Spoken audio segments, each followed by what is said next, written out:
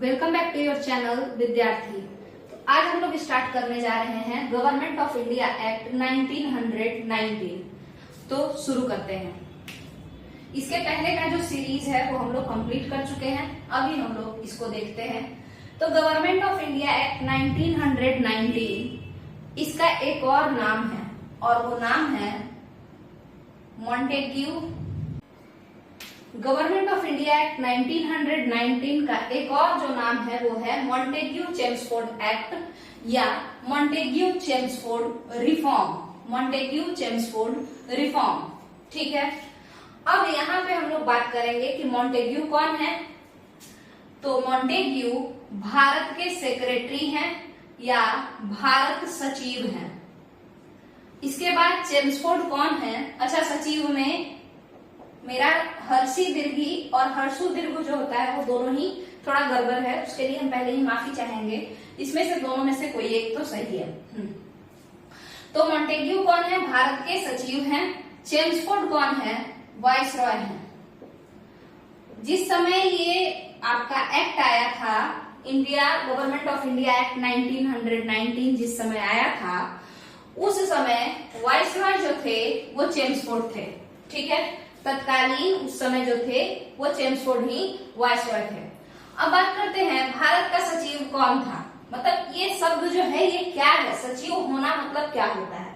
तो देखिएगा, आपको पता है कि जैसे आज भारत के पास एक पार्लियामेंट है, एक संसद है, उसी तरीके से ब्रिटेन के पास तो संसद बहुत साल पहले से है, बहुत पहले से। मतलब आप ये कह सकते हैं कि ब्रिटेन को मदर ऑफ पार्लियामेंट कहा जाता है।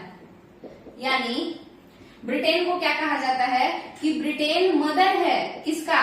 पार्लियामेंट का, संसद की जननी है, ठीक है। तो इसका मतलब है ब्रिटेन के पास अपना पार्लियामेंट तो है, ठीक है। इस पार्लियामेंट में कई सारे लोग चुन करके आते होंगे। इस ब्रिटेन के पार्लियामेंट में कई सारे लोग चुन करके आते होंगे और इन चुने हुए लोगों को हम क्या कहते होंगे? एमपी कहते होंगे, ठीक है। अब देखिए, एमपी किसके लिए है? ब्रिटेन की जनता के लिए है। एमपी किसके लिए है? ब्रिटेन की जनता के लिए है। ब्रिटेन का जहां जहां पे राज है वहां वहां पे ये एमपीज रह सकते हैं, क्योंकि ये ब्रिटेन के जनता द्वारा चयनित है, ठीक है। तो इसी कारण से, और आपको पता है कि भारत अभी 1919 के समय में इंडिया किसी कंपनी के अधीन नहीं है। 1919 ईस्वी में इंडिया कोई कंपनी के अधीन नहीं है, किसी ब्रिटिश ईस्ट इंडिया कंपनी के अधीन नहीं है, बल्कि इंडिया क्राउन के अधीन है। क्राउन माने ब्रिटेन का जो राजा या रानी है उसके अधीन है। तो जब ब्रिटेन के शासक के अधीन है भारत, तो भारत पे कौन रूल करेगा? भारत पे कौन रूल करेगा? जाहिर सा बात है, भारत के रूल करने के लिए ब्रिटेन का ही कोई चुना हुआ सांसद आएगा, ठीक है। तो ये सांसद जो थे, जो कि ब्रिटेन के एमपी हुआ करते थे, उनको खास तौर पर भारत के लिए, मतलब भारत का ऊंचा नीचा जो भी है, मतलब भारत का अच्छा चीज बुरा चीज सब किसको देखना था? इस एमपी को देखना था।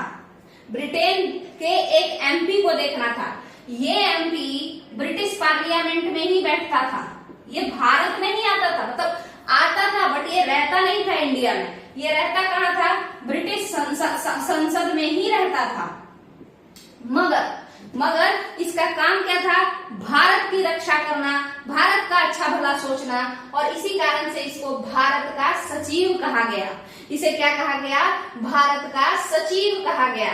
भारत सचिव या इंडियन सेक्रेटरी। इसके पास अपना 15 लोगों का ग्रुप था, उसके मदद से ये भारत के लिए अलग अलग नियम बनाता था, ठीक है।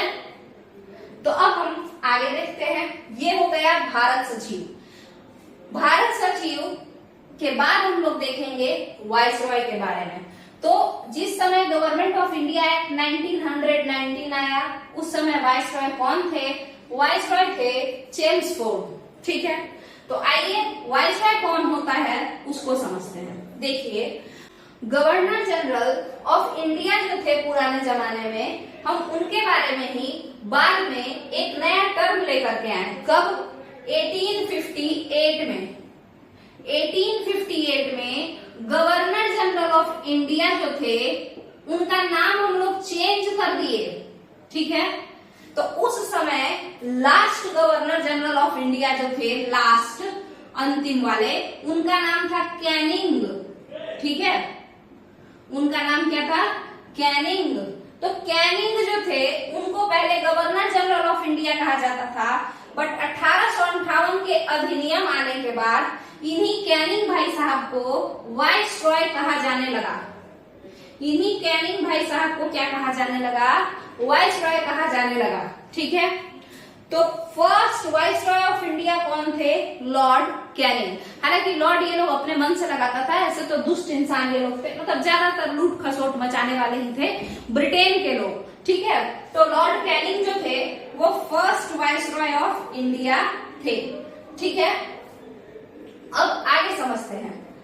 तो इस वाइसरॉय कौन था? जैसे भारत सचिव कौन था, वैसे ही ये वाइसरॉय कौन था, इस पे थोड़ा चर्चा कर लेते हैं। वाइसरॉय जो था वो भारत में ही रहता था हमेशा, ठीक है। जैसे ये लोग ब्रिटेन रहते थे, भारत के सचिव मॉन्टेग्यू साहब ब्रिटेन रहते थे, मॉर्ले मिंटो के केस में मॉर्ले ब्रिटेन रहते थे, मिंटो भारत में रहते थे, ठीक है। तो चेम्सफोर्ड भारत में ही रहते थे, वाइसरॉय थे।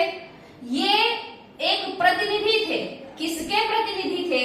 अगर हम उस पर बात करें कि ये किसके प्रतिनिधि थे, तो ये क्राउन के प्रतिनिधि थे, यानी राजा के प्रतिनिधि थे। और आपको पता है कि राजा या रानी कोई भी हो उसको हम लोग क्राउन कह सकते हैं, ठीक है।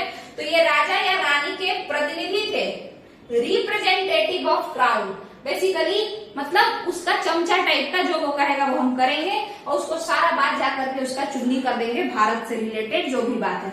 तो वही ये थे, प्रतिनिधि थे, रिप्रेजेंटेटिव ऑफ क्राउन थे, इंडिया में ही रहते थे। तो अगर आपसे क्वेश्चन पूछता है कि रिप्रेजेंटेटिव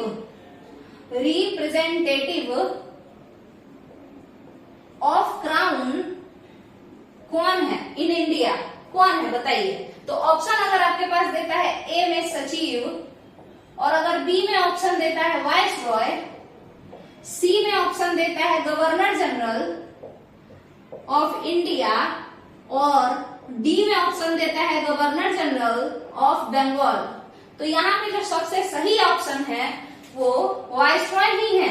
ऐसे तो जो गवर्नर जनरल ऑफ इंडिया पहले था, आज उसी का नाम वाइसरॉय रखा गया है, मगर फिर भी आपको ऑप्शन क्या डालना है, मतलब टिक क्या करना है, वाइसरॉय को ही करना है, ठीक है। तो ये तो हम लोग समझ गए कि वाइसरॉय क्या होता है और भारत सचिव क्या होता है। अब हम लोग एक बात जानते हैं, यहाँ पे कई सारे ऐसे लोग होंगे जिनको इन दोनों टर्म में कंफ्यूजन नहीं होगा, मगर कई सारे लोग ऐसे भी होंगे जिनको इस टर्म में कंफ्यूजन होगा, ठीक है।